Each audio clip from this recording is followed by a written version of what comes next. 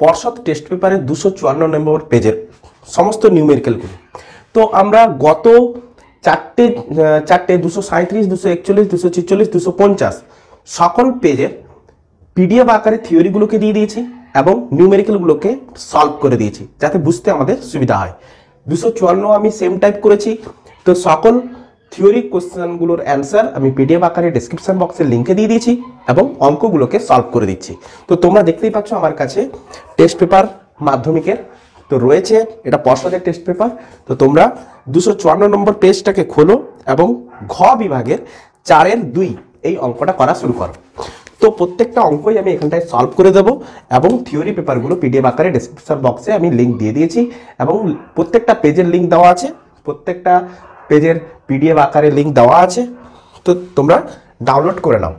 তো প্রথম আমরা কোশ্চেন যেটা করবো 4.2, কোশ্চেনটাকে পড়ো, নিজেরা করার চেষ্টা করো যে 122.5 গ্রাম পটাশিয়াম ক্লোরেট এসটিপিতে উত্তপ্ত করলে কত গ্রাম অক্সিজেন পাওয়া যাবে, উৎপন্ন অক্সিজেনের আয়তন কত।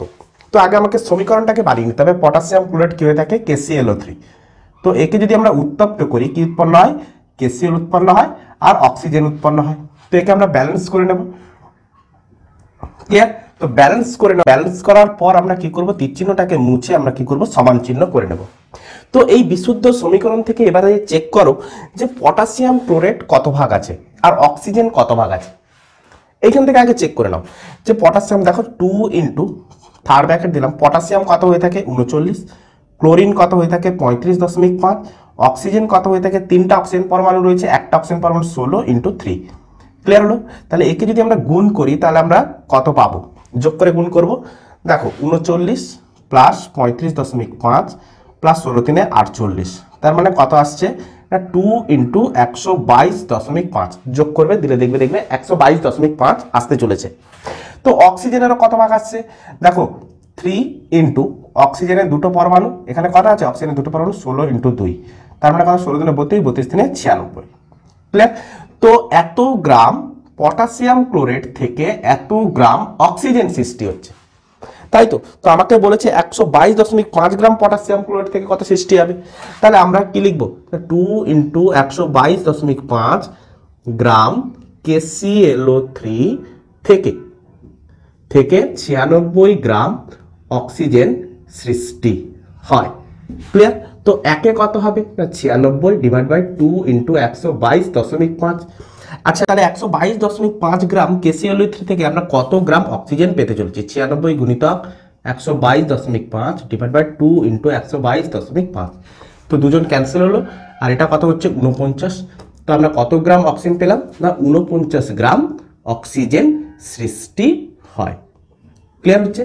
49 গ্রাম। তো এখানটায় কোশ্চেন বলেছে যে কত গ্রাম অক্সিজেন পাওয়া গেলে একটা বার করতে বলেছে, উৎপন্ন অক্সিজেনের আয়তন কত। তাহলে এই 49 গ্রাম অক্সিজেনের আয়তন কত হবে, দেখো অক্সিজেনের আণবিক ভর কত হয় না, অক্সিজেনের আণবিক ভর সমান কত হয় 32 গ্রাম, তাই না।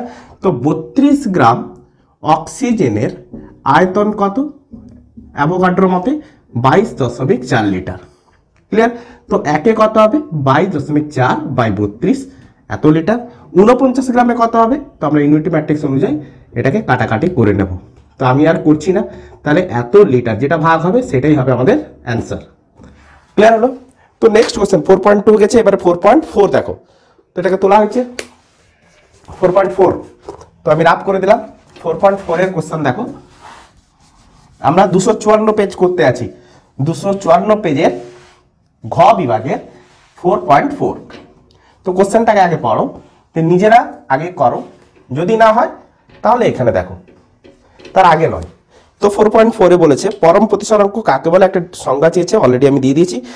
কোন তলের সমতল পৃষ্ঠে, কোন তরলের সমতল পৃষ্ঠে, ধরো একটা তরল এখানে রয়েছে, এটা হচ্ছে তরল।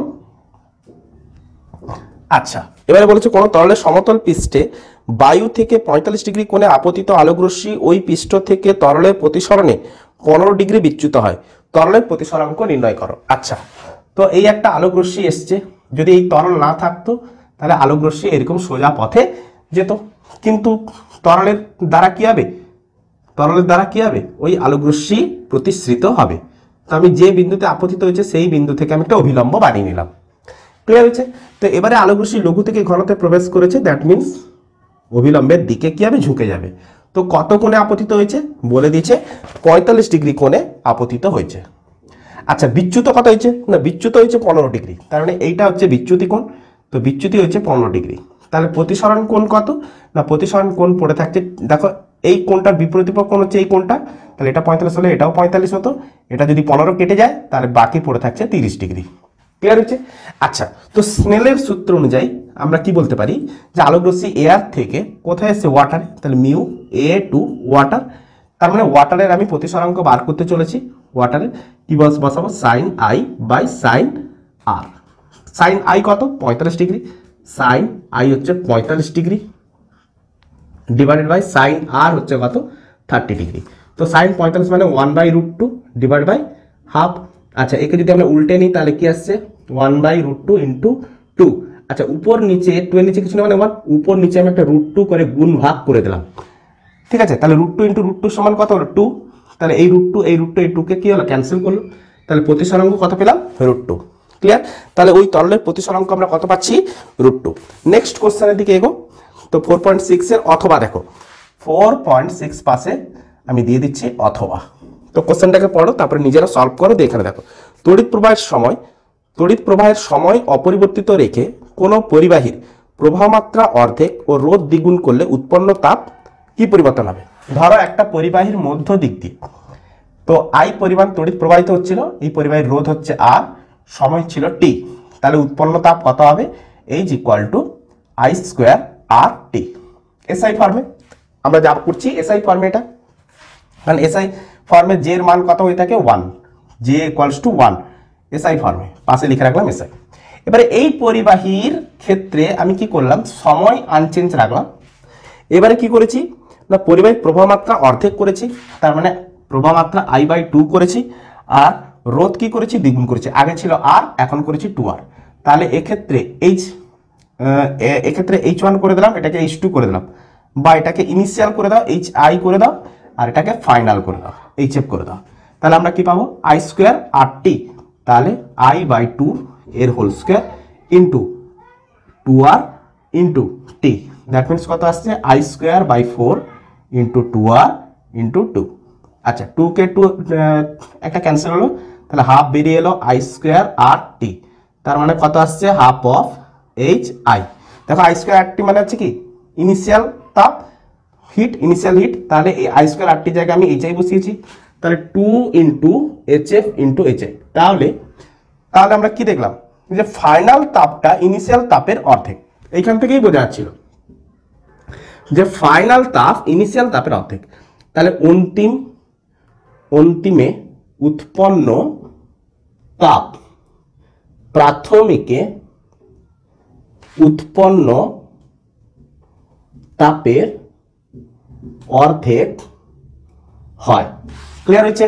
Answer ready. তো নেক্সট কোশ্চেন 4.9, পর্যায় সারণী থেকে কয়েকটা কোশ্চেন এসছে, আমি ফট করে দেবো। ক্লিয়ার? পর্যায় সারণী থেকে রাপ করে দিলাম, স্ক্রিনশট হয়ে গেছে, রাপ করে দিচ্ছি।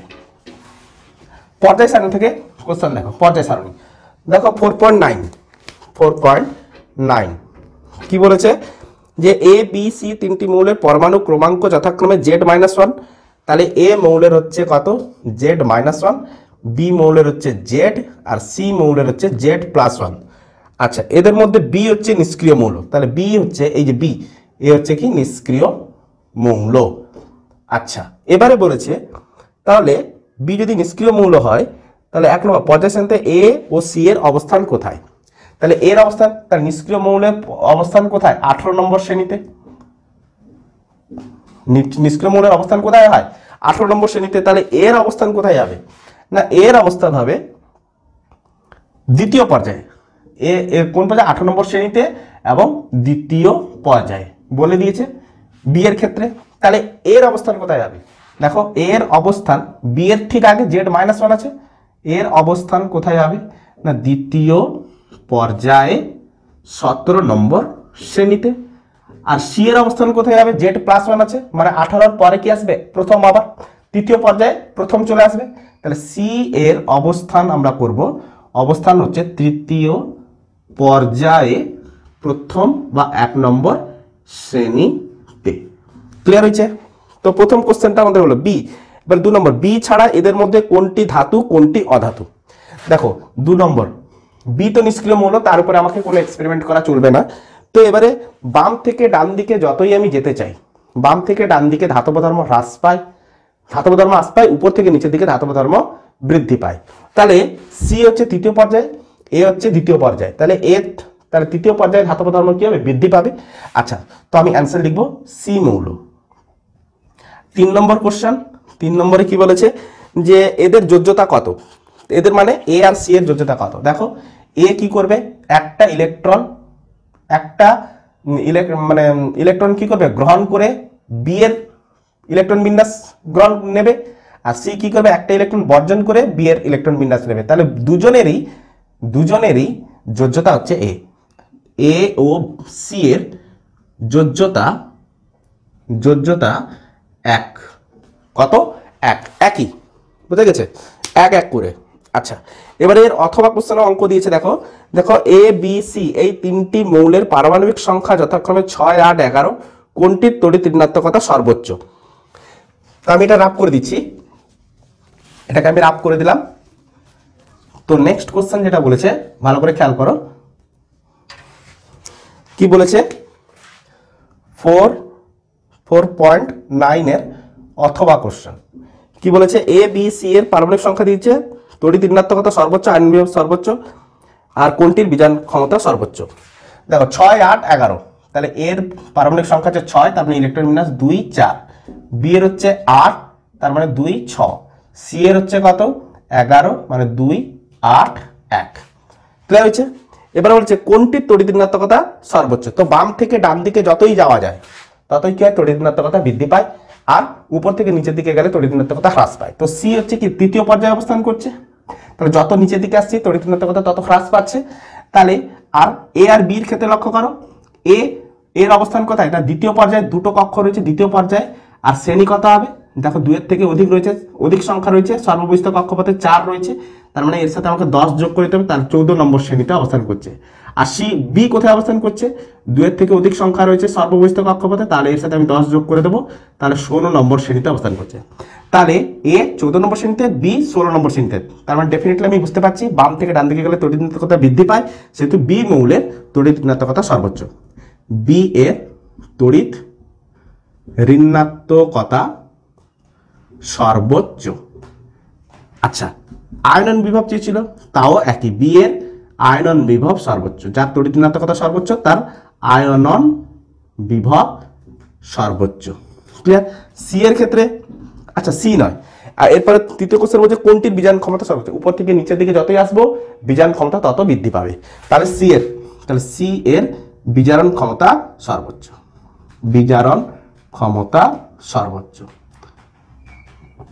তো আজকের মতো এতটুকুই থাকবে। 254 নম্বর পেজের সকল অঙ্কগুলোকে আমরা সলভ করলাম এবং তার থিওরিটিক্যাল কোশ্চেনগুলো পিডিএফ আকারে আমরা ডেসক্রিপশন বক্সে গিয়ে ডাউনলোড করে নেব। তো আজকের মতো এতটুকুই থাকলো। তোমরা মন দিয়ে পড়াশোনা করবে, আমি আশা করছি তোমরা পরীক্ষায় ভালো রেজাল্ট করো, এবং ভালো রেজাল্ট করে আমার কমেন্ট বক্সে এসে জানিও, স্যার আমি ফিজিক্যাল সায়েন্সে এই মার্কস পেয়েছি এবং টোটাল এই মার্কস পেয়েছি। তো আই হোপ তোমরা এতটুকু ভালোভাবে বুঝতে পেরেছো। Best of luck, good night.